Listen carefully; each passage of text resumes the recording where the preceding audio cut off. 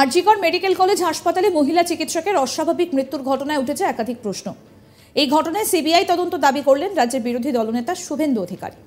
শুক্রবার রানীবাঁধের ঝিলিমিলিতে দলের এসটি মোর্চার তরফে আয়োজিত বিশ্ব আদিবাসী দিবসের অনুষ্ঠানে যোগ দিতে এসে সাংবাদিকদের মুখোমুখি হয়ে এই কথা বলেন। একই সঙ্গে প্রয়োজনে সিবিআই তদন্ত চেয়ে মৃতার পরিবারকে আদালতে যাবার আবেদন করেন। এক্ষেত্রে তাদের দলের তরফে সমস্ত ধরনের সহযোগিতা করা হবে বলেই জানান তিনি। কি বলছেন শুভেন্দু অধিকারী শোনাবো। নৃশংস খুন, শারীরিক নির্যাতন করে খুন করে, কারণ স্বাস্থ্য দপ্তর চালাচ্ছে ডাক্তার এসপি দাস। অলিখিতভাবে স্বাস্থ্য দপ্তর চালাচ্ছেন ডক্টর এসপি দাস। মুখ্যমন্ত্রী স্বাস্থ্য দপ্তর চালান।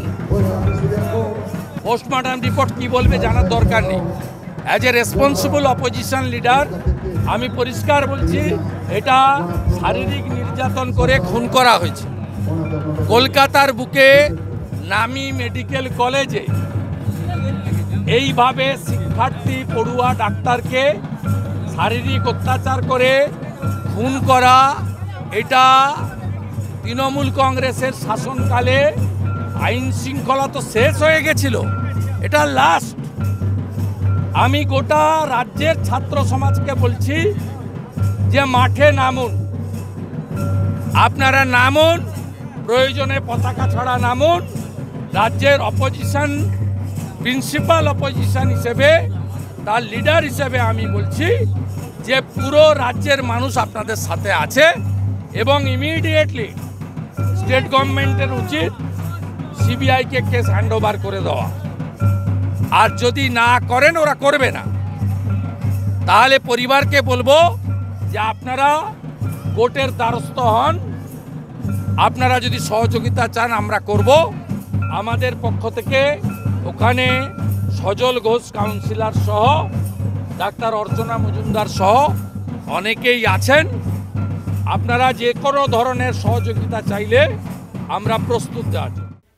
একই সঙ্গে এদিন বিস্ফোরক দাবি করলেন শুভেন্দু অধিকারী। নাম না করে মুখ্যমন্ত্রী মমতা বন্দ্যোপাধ্যায়কে আক্রমণ করে তিনি বলেন, উনি জঙ্গলমহলকে ধ্বংস করতে এসেছেন। জঙ্গলমহলের বাসিন্দা নন এমন 255 জনকে পাট্টা দেওয়া হয়েছে, সেই তালিকা তিনি নিতে পারেন বলেও জানান। তৃণমূলের সাধারণ সম্পাদক সাংসদ অভিষেক বন্দ্যোপাধ্যায়কেও একহাত নেন তিনি। স্বভাবসিদ্ধ ভঙ্গিতে ভাইপো সম্বোধন করে শুভেন্দু অধিকারী বলেন, বান্দোয়ানের ক্র্যাশারগুলো থেকে এসপির মাধ্যমে প্রতি মাসে 50 লক্ষ টাকা করে যায়। এমনকি বাঁকুড়ার বৈধ অবৈধ বালি খাদানগুলি থেকেও 5 লক্ষ টাকা করে যায়। একই ঘটনা ঝাড়গ্রামের মোরামের ক্ষেত্রেও। এভাবেই জঙ্গলমহলকে ধ্বংস করা হচ্ছে বলেই দাবি করেন। এই বিষয়ে কি বললেন শুভেন্দু অধিকারী, এবার সেটাও শোনাবো। জঙ্গলমহলে যেভাবে গাছ চুরি ওরা করছে, উনি আজকে যাদের পাট্টা দিয়েছেন জঙ্গলমহলে, তার মধ্যে এমন 255 জন আছে যারা জঙ্গলমহলের লোকই নয়। আমি তালিকা আপনাদের দিয়ে দিব। ঠিক, উনি জঙ্গলমহলকে ধ্বংস করতে এসছেন। বান্দোয়ানে ক্র্যাশারগুলো থেকে মাসে 50 লক্ষ টাকা তুলে এসপির মাধ্যমে ভাইপোর কাছে যায়। বাঁকুড়া জেলার প্রত্যেকটা বৈধ অবৈধ ঘাট, ইচ ঘাট 5 লক্ষ টাকা করে বালির। কত ঘাট আছে আপনি হিসাব করুন। বৈধ ঘাট যদি 200 থাকে, 2000 অবৈধ ঘাট আছে বাঁকুড়া জেলায়।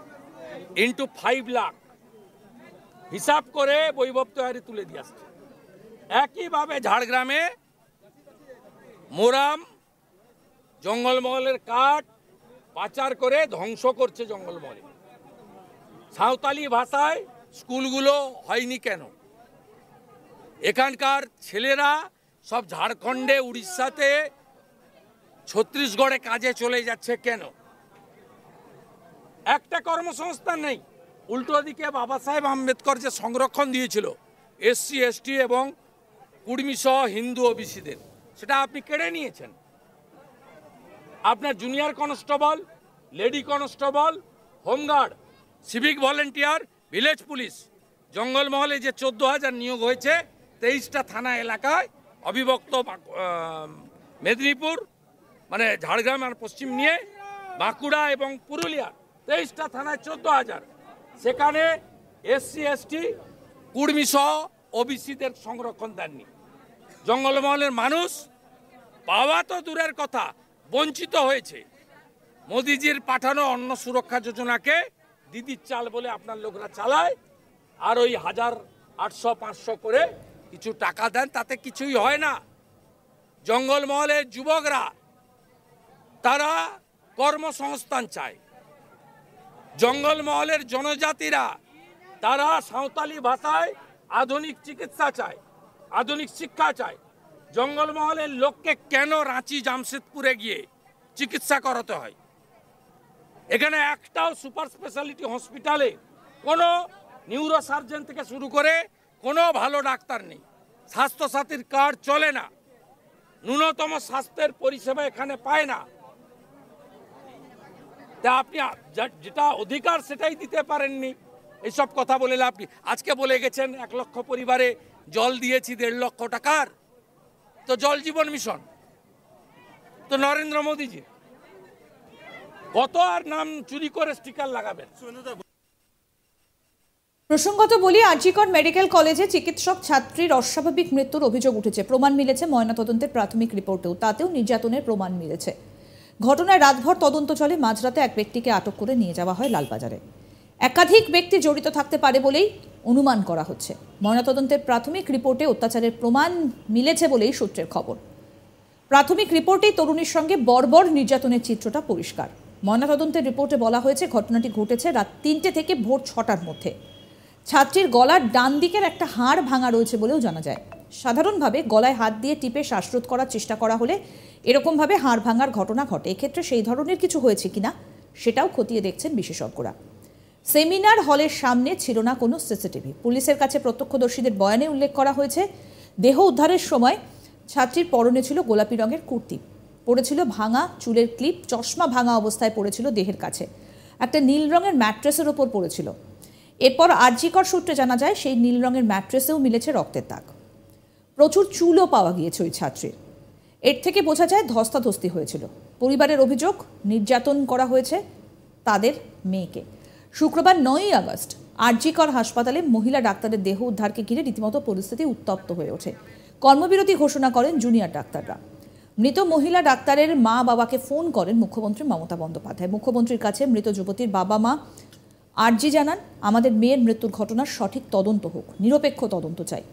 রাতেই এই ঘটনার তদন্তের জন্য সিট গঠন করা হয়েছে। ভারপ্রাপ্ত জয়েন্ট সিপি ক্রাইম মুরলীধর শর্মার নেতৃত্বে সিট গঠন করে শুরু হয়েছে তদন্ত। পুলিশ স্বতঃপ্রণোদিত মামলা রুজু করেছে।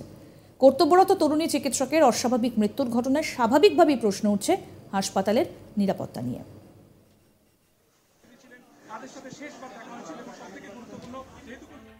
আরও আপডেট পেতে দেখতে থাকুন আজ তাক বাংলার ইউটিউব চ্যানেল, সাবস্ক্রাইব করুন।